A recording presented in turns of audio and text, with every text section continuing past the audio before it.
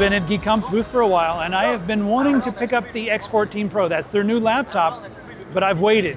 Now it's time for me to get my hands on this, and we're gonna record my initial reaction. I've waited so you can watch me pick it up. I have touched it already. It's very smooth.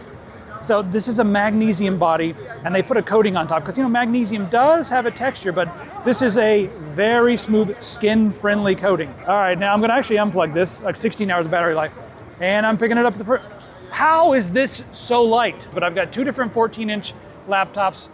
This is lighter than my 14-inch tablet.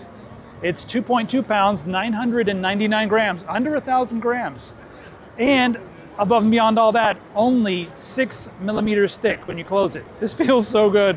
Why does it feel so good? I want to talk about the screen that they put on the X14 Pro, because it's special.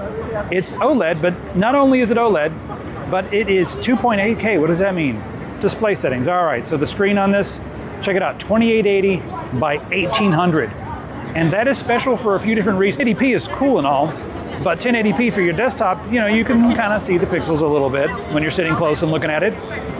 And then if you run it half 1080p, that's way too low a resolution. So you kind of have to game at 1080p. This, you can game at 1440 by 900. So yeah, I'm really excited about the monitor on this. Can't wait to get my hands on one of these. And this Intel Arc is surprising. It really, really can game to the point where I think a lot of people are gonna look at this and be like, oh, that doesn't have a dedicated GPU. You don't need one.